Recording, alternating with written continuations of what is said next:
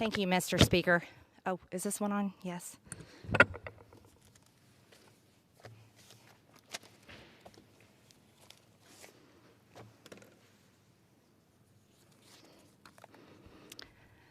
Mr. Speaker, I'd like to address the two-track justice system here in the United States.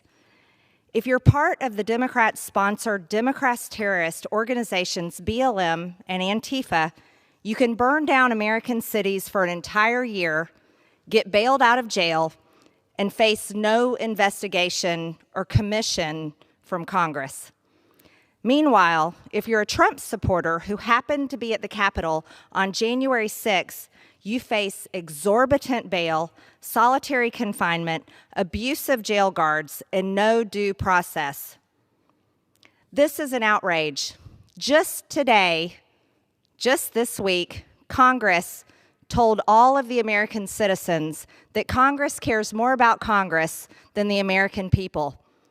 After all, we have witnessed American cities all over our country be victims to violent riots by domestic terrorists all over this country. The people have endured this. Businesses have been destroyed. Violence has happened. Police officers, night after night, have been abused, have had to endure these violence, riots, attacks, on and on. But yet this institution has been focused on itself and focused on investigating January 6th, even though there are many investigations already happening here through the Senate and the House committees. There have already been over 445 people arrested from January 6th. There are also more than 100 to be arrested soon. There is justice happening for the riot here at the Capitol on January 6th.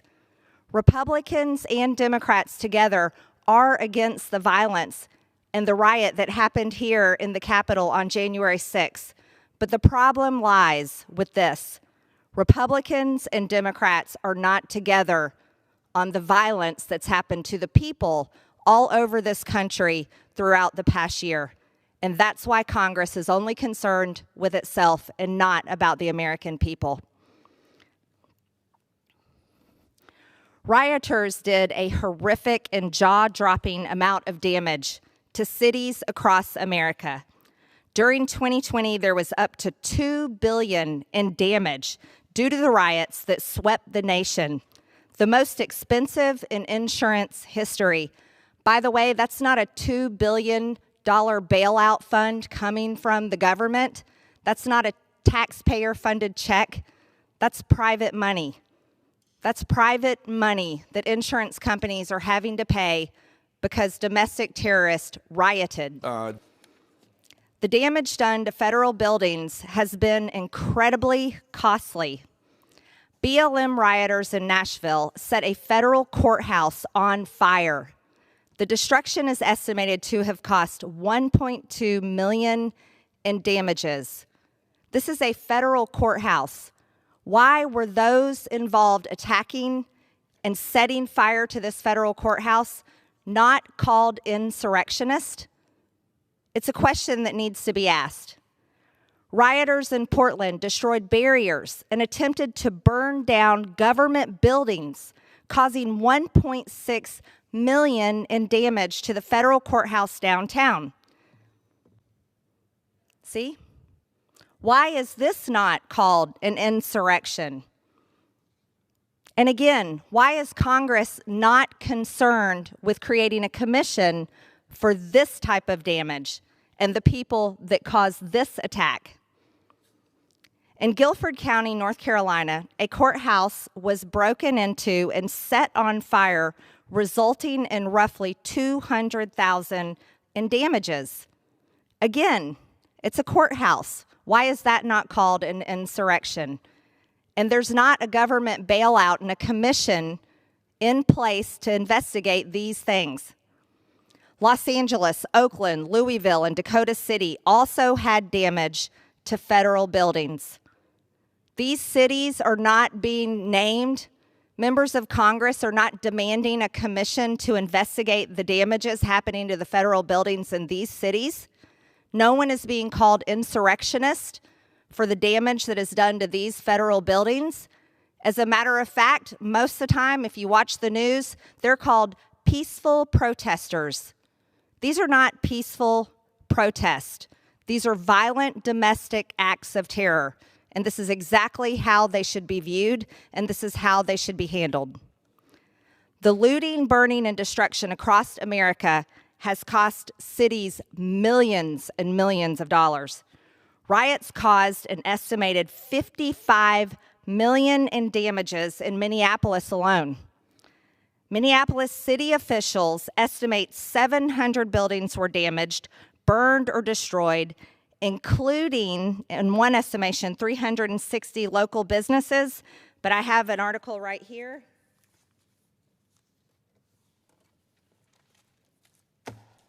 That contains a list of 1,500 businesses that were damaged or destroyed. 1,500 businesses. By the way, it's these businesses and these business owners that pay the taxes that fund everything that we do here. These people should matter. Their businesses should matter. Why is there not a commission investigating this? Why doesn't Congress care about these people and their businesses? Rioters in Portland set up an autonomous zone and ultimately cost the city $2.3 million in damages. An autonomous zone? What is an autonomous zone? And how can people take over part of a city, an American city, and say that it is theirs and that they control it and that no government authority can come in and enforce the law, enforce law and order in this part of the city? But yet this is what happened with peaceful protesters in Portland. They created an autonomous zone, costing the taxpayers of Portland $2.3 million in damages. Again, that was not a bailout fund. Those are people's actual dollars, private citizens' dollars. Riots in New York are estimated to have cost the city $115 million. One Friday night alone cost the city $100,000 and resulted in the arrest of 150 rioters. That was just in one night. The arrest of 150 rioters. It's unbelievable. Riots in Salt Lake City cost at least $100,000 in damages. Riots in Wichita, Kansas cost the police department nearly $1.5 million in overtime because they had to work. They had to show up for another shift when they were exhausted from working the shift before. So they had to be paid overtime because they were overrun with rioters.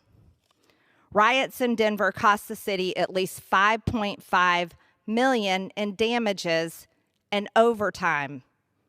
This is unbelievable when there are Antifa BLM rioters, domestic terrorists, causing so much violence and damage in a city that these cities and police departments are having to call their police officers back in after working their shift, their long hours. No, I'm sorry, you can't go home to your family. I'm sorry, you can't go home and do things that you need to do in your regular life. We need you to come in. We need you to come back and work overtime because our city is overrun with violence. But yet here, the United States Congress, the 117th Congress, has no interest in launching a commission to investigate, to stop these incredibly organized and well-funded organizations of terror across the American cities and the country that is causing private citizens, businesses, insurance companies, cities, counties, and states so much money that all comes from American citizens and taxpayers. You know, money is not created right here in Congress.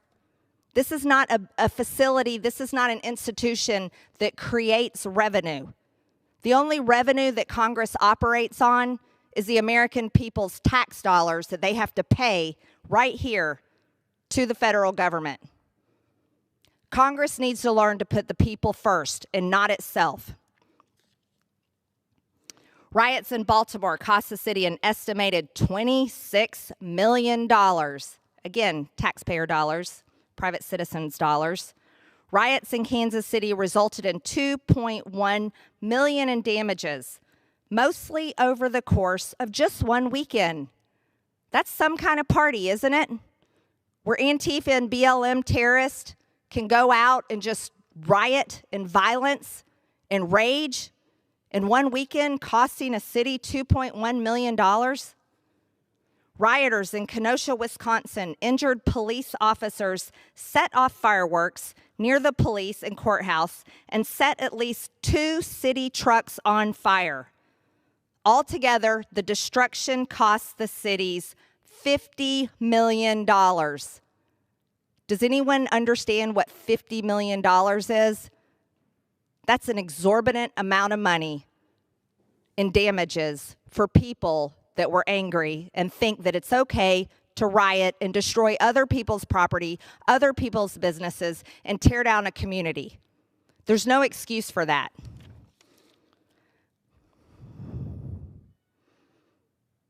Here we have California closed down all of its state's buildings in downtown areas, saying staff should not report to work for any reason.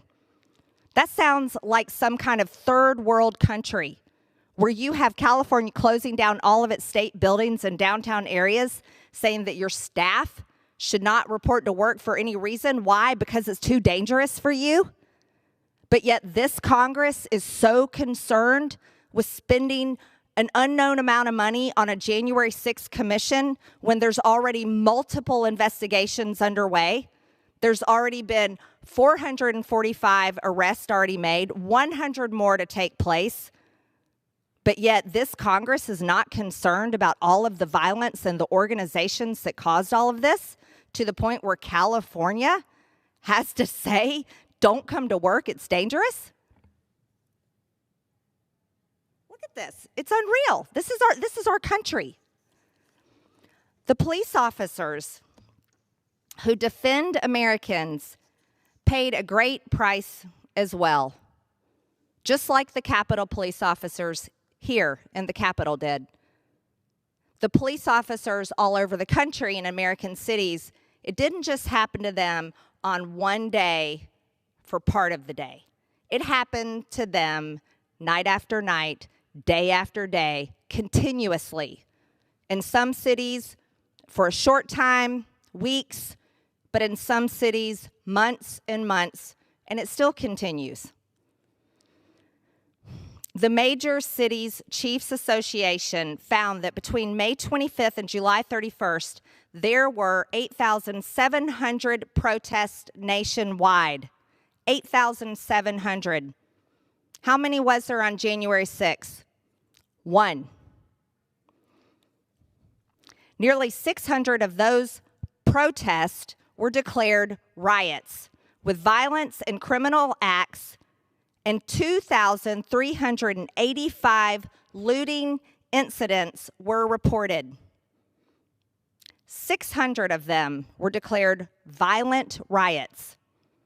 2,385 looting incidences.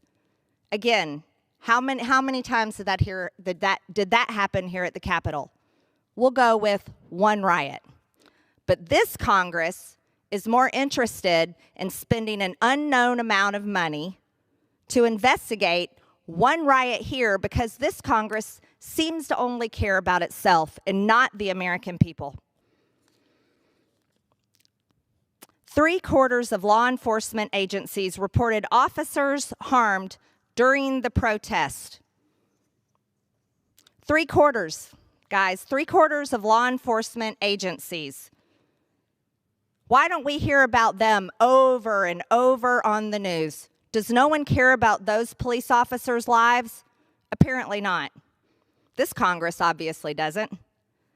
More than 624 arsons were reported, and at least 97 police vehicles were burned. That costs a lot of money. Again, do you know whose money that is?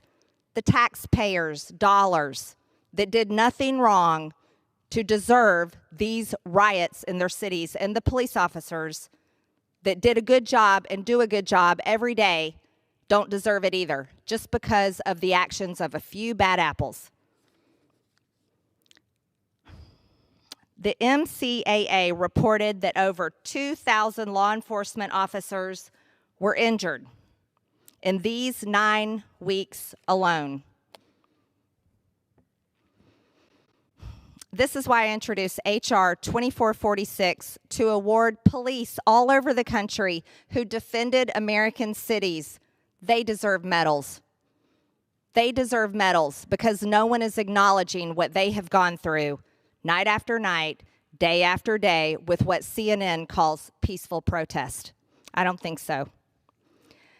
Meanwhile, BLM and Antifa domestic terrorists are bailed out and supported by our now Vice President Kamala Harris. George Floyd died on May 25th in Minneapolis, Minnesota.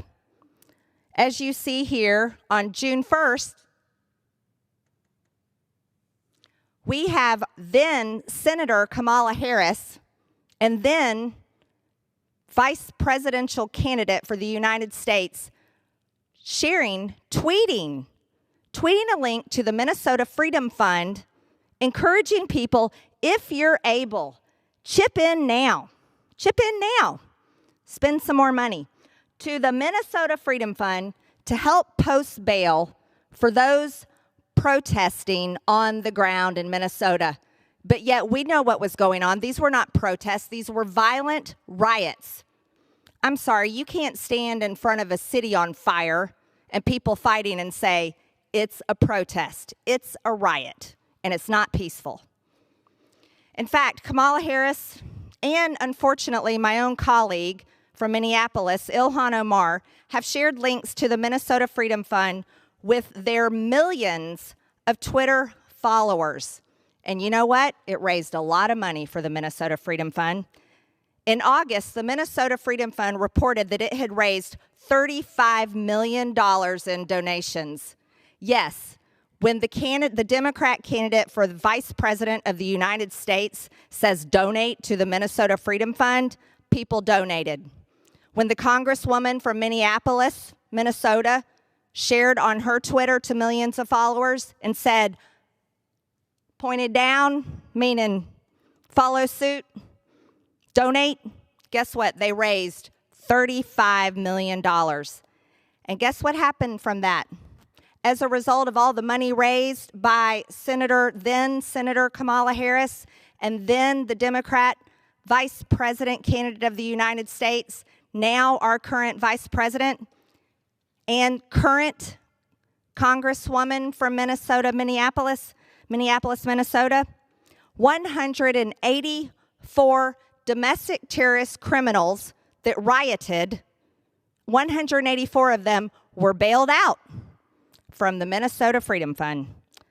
The criminals they helped bail out include a woman who shot at the SWAT team, another woman who was accused of killing her own friend, and a convicted rapist. That's just a few of the people that were bailed out with the money raised directly for the Minnesota Freedom Fund by then Senator Kamala Harris and Congresswoman Ilhan Omar, shared on their own Twitter pages. Can you imagine if a Republican Congresswoman or Congressman or a Republican senator or a Republican president shared a bail bond link and said bail out the protesters from January 6th? Can you imagine the result of that? It would be unreal. There has been no lashback. There has been no consequences. There has been no action taken from this irresponsibility, supporting domestic terrorists who are responsible for violence, crime, and costing the innocent American people an exorbitant amount of money, stress, ruining communities, ruining people's livelihoods, and tearing apart our country. No accountability whatsoever. The criminals, these Democrat lawmakers have also voted for defunding police departments across the country. So while they also raise money for domestic terrorists committing crimes to be bailed out of jail, at the same time, they legislate and vote to defund police. H.R. 1280 that they voted for and passed removed qualified immunity. That means police officers can be sued if someone is upset with them for their actions on the job. Police officers don't make a lot of money. They can't afford big attorney bills. It will ruin them just because someone may get their feelings hurt because they got arrested. H.R. 1280 also will allow police officers to be put on a list. That means whether it is proven or unproven, someone can accuse a police officer of doing some sort of wrong, and their name and information gets put on a public list that the Department of Justice will manage on a website that's open to anyone that wants to look it up. Founded or unfounded, their actions, no matter it's true or not, their name goes on this list and what they're being accused of. This is what these people voted for to do to police officers and remove a lot of their funding. After the LAPD was defunded by $150 million, Vice President Harris said, "I applaud Eric Garcetti for doing what he's done." As a result of the funding cuts, the LAPD dissolved its sexual assault unit. Defunding the LAPD where they have to get rid of the sexual assault unit? That's unbelievable. That means women, children, any victim of sexual assault, I'm sorry, there's not a unit there anymore to help them because they've been defunded. As a result of this defunding, that Vice President Harris applauds Eric Garcetti for doing what he's done, there has been a 73% spike in shootings in LA. 73%. When you defund the police, ladies and gentlemen, there's direct consequences. That means crime goes up. There's also been a 200% higher murder rate than last year at the same time. 200%. If you don't fund law enforcement, you're funding criminals. And clearly, we can see this is what some of these Democrat lawmakers have done. They have clearly funded criminals and defunded the police. Back to Minneapolis and the riots there. Notice that this date, 11/4/20, that's not too long ago. Encouraging donations. See, there's no excuse for that. November 4th, 2020. By that date, we had seen plenty of violence and damage all over the streets. There was no way to call those riots peaceful protest. We know exactly what they are. Domestic acts of terror. In Congresswoman Ilhan Omar's district, 700 buildings were damaged, burned, or destroyed. Who owns those buildings? Mostly private citizens. 1,500 businesses. Here's the list. It's reported from the Star Tribune from Minneapolis for the Twin Cities. 1,500 privately owned businesses, heavily damaged, 2 destroyed, mostly completely destroyed. So the problem with Congress is Congress does not get up early every single day, go into its business, and have to earn the money that keeps it going. Congress does not have to work so hard, lose sleep at night to figure out how to earn the money to keep the doors open to their business. Congress does not have to lose sleep at night when things get rough, like when the government shuts down the economy because of a Chinese virus and tells businesses that they cannot keep their doors open and sell their goods and services, that they cannot earn a living, you see, Congress doesn't understand how hard it is to figure out how to keep paying your employees when that happens to you. And Congress doesn't understand or seem to care about doing a commission for the people that pay the taxes to keep the lights on in this building, to care about them and why they were violently attacked. No, Congress only cares about itself and why it was attacked on January 6th, even though there's multiple investigations going on, even though there's been 445 people arrested and 100 people more arrested, and justice should be served for those that committed violence here at the Capitol on January 6th, but Congress doesn't care about the American people that have suffered this entire year, and it's despicable. The human cost of a year of riots and violence is 25 American lives lost. That's been estimated. 25 Americans are dead as a direct result of BLM and Antifa terrorism that swept our nation. I'll go ahead and tell you about one. This little girl, her name is Sequoia Turner. Sequoia Turner was killed at a Wendy's in Atlanta because there were riots going on.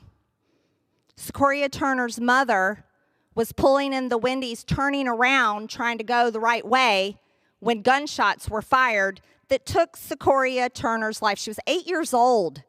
This little girl was 8 years old and was murdered during a riot. There's not a commission being launched in here for her life. There's also not a commission being launched for the life of David Dorn, a great man, a retired police officer who was murdered during domestic terrorist BLM riots. Why does Congress not care about David Dorn? Why does Congress not care about Sequoia Turner? Despite all of this damage, there is no investigation into domestic terrorism from Congress. We have no commission launched to investigate the funding of Antifa. There's no investigation into the funding of BLM. There is no commission set forward for the past year of violent riots. But all they care about is a commission for the one riot here on January 6th.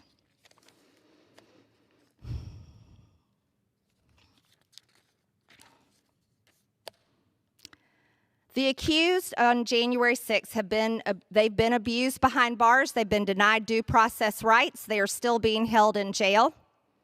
Michael Sherwin, an attorney for D.C., bragged that they had rounded up 400 people who participated in the breach of the Capitol on January 6th. He said he wanted to charge as many people as possible. What kind of justice system do we have if officials are eager to charge as many people as possible, but they don't care about Antifa domestic terrorists, and they don't care about the people in those riots? The Biden administration has taken investigators who typically work on cases involving drug trafficking, child pornography, and assigned them to calling relatives and even ex-girlfriends of the January 6th accused in an attempt to find them guilty. Please put them back on drug trafficking and child pornography. These departments are being defunded anyways. One person accused faces 7 years in prison for walking through the open doors of the Capitol, taking photos in the hallway, and leaving without doing any harm. Even the mainstream media outlets have reported on D.C. jail guards cruelly beating Trump supporters. One man was beaten so badly he has a skull fracture and is now blind in one eye. You don't hardly hear anything about that on the news. Months after January 6th, men and women are still being held in jail, and they haven't seen their day in court. Justice should be served for January 6th, but this Congress needs to care about the people of the United States who have not seen justice for the riots of the past year. This Congress is failing the American people. Not only are we a nation nearly in $30 trillion in debt, but we have a Congress that could care less about law and order in the United States. I yield the remainder of my time.